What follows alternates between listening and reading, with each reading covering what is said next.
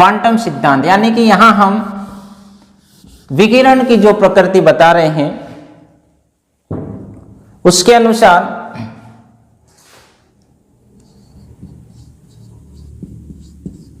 दो बातें उभर के सामने आई। एक तो विकिरण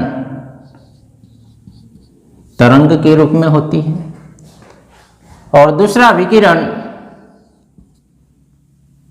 फोटोन कणों के समूह क्वांटा के रूप में, यानी कि कणीय प्रकृति। तरंग सिद्धांत ये सपोर्ट कर रहा है मैक्सवेल और इसका सपोर्ट कर रहा है प्लांक, और इसको फिर बाद में एक्सप्लेन किया था आइंस्टाइन ने। मैक्सवेल के तरंग सिद्धांत के अनुसार हम प्रकाश की जो अपवर्तन है, परावर्तन है, पूर्ण आंतरिक परावर्तन है, प्रकीर्णन है, ऐसी घटनाओं को एक्सप्लेन करते हैं। और क्वांटम सिद्धांत के अनुसार प्रकाश विद्युत प्रभाव,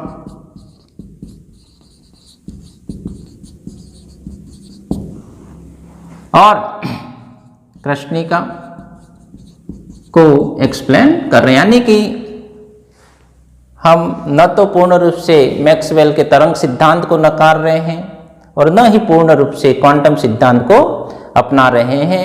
तो इन दोनों का इस प्रकार से विकिरण जो है वो दोहरे रूप में आ रहा है और इसको कहते हैं प्रकाश का द्वैत व्यवहार।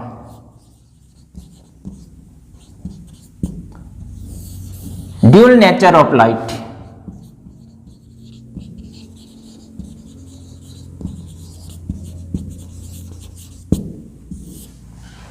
कौन कह रहा है? दोनों सिद्धांतों का समर्थन कर रहे हैं, ना तो हम इसको नकार रहे हैं ना इसको नकार रहे हैं। दोनों कुछ बिंदु हम इससे लेंगे और कुछ इस आधार पर प्रकाश के द्वैत व्यवहार का मतलब यह है कि प्रकाश तरंग तथा कण दोनों रूप में व्यवहार कर सकता है। इसको हम कहेंगे ड्यूल नेचर ऑफ। इस आधार पर एक डी ब्रोगली समीकरण भी दिया है जिसको हम आगे पढ़ेंगे। इसके पश्चात हम देख लें बोर का जो परमाणु मॉडल है।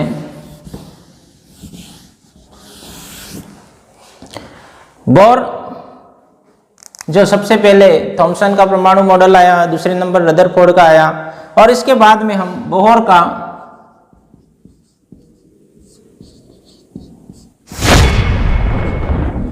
परमाणु मॉडल की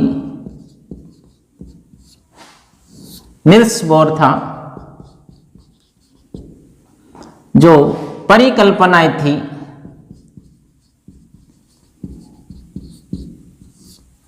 या अभिधारणाएं थी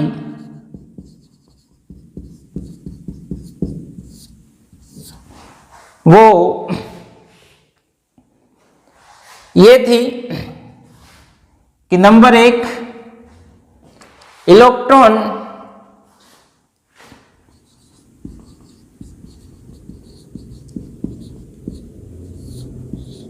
नाभिक के चारों ओर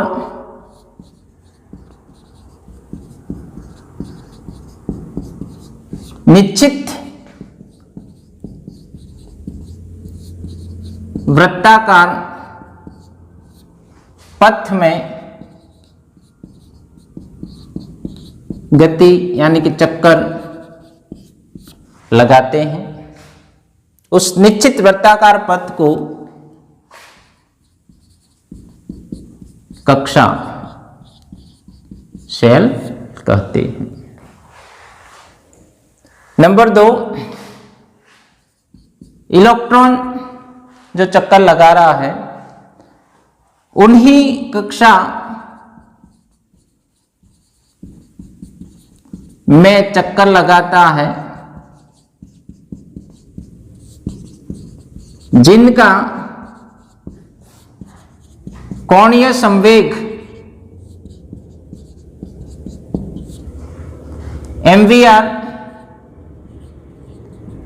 बराबर NH/2π के बराबर होता है, जहां N कक्षा से मतलब है, M उसका मास है, V वेग है, R त्रिज्या से मतलब है। तो इलेक्ट्रॉन उन्हीं कक्षा में चक्कर लगाता है जिनका कोणीय संवेग MVR बराबर NH/2π के बराबर होता है। इसके बाद में बोर ने यह कहा कि यदि इलेक्ट्रॉन चक्कर लगाता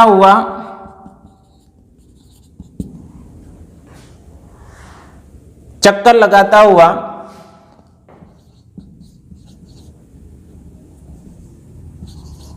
ऊर्जा का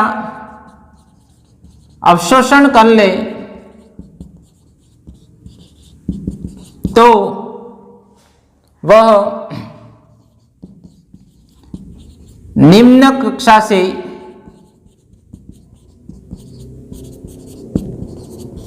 उच्च कक्षा में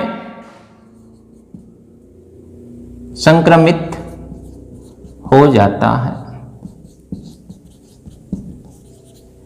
ऊर्जा का क्या कर ले? अवशोषण कर ले, तो निम्न ऊर्जा से उच्च कक्षा में, निम्न कक्षा से उच्च कक्षा में संक्रमित हो जाएगा। और दूसरा, यदि ऊर्जा का उत्सर्जन कर दे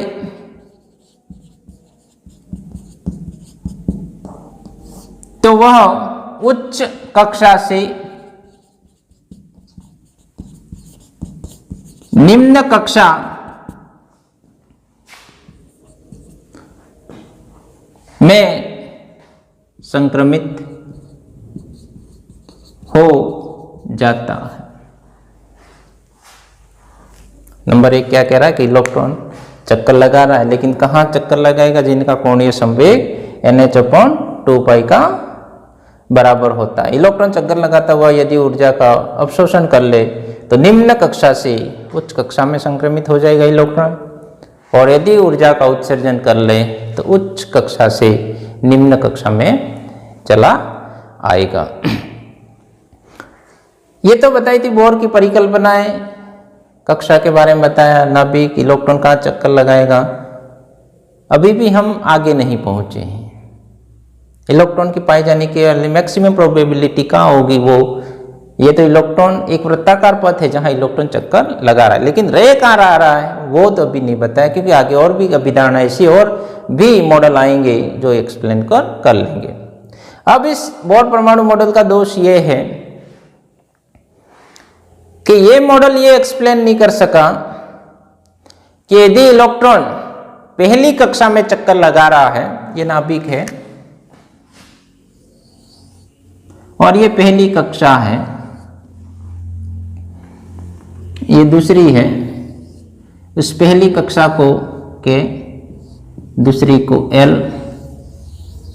और तीसरी को M, चौथी को N। यदि इलेक्ट्रॉन ये पहली कक्षा में चक्कर लगा रहा है और चक्कर लगाता हुआ यदि पहली कक्षा में है, फर्स्ट क्लास में है इलेक्ट्रॉन, और ऊर्जा का उत्सर्जन कर दे तो बोर का मॉडल तो ये कहता है कि उत्सर्जन कर दे तो उच्च से निम्न में आना चाहिए। अब यहाँ कक्षा हमारी कौन सी है? पहली के ही है और इलेक्ट्रॉन वहीं है। तो नियम के अनुसार, बोर की जो अभिधारणा है उसके अनुसार तो इलेक्ट्रॉन कहाँ जाना चाहिए?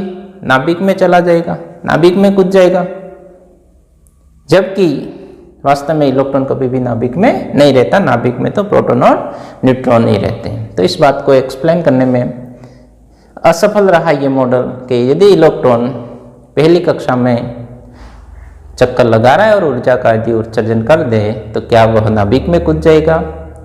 ये जो प्रश्न उठा उस बारे में बोर का परमाणु मॉडल जो था वो एक्सप्लेन नहीं कर सका।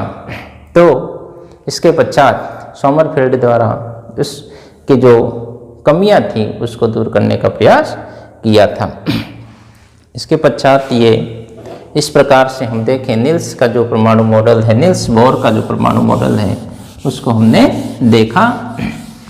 आगे हम हाइड्रोजन परमाणु के लिए जो बोर का जो परमाणु मॉडल है वो किस तरह से हम उसका उपयोग करते हैं उसको हम देखेंगे।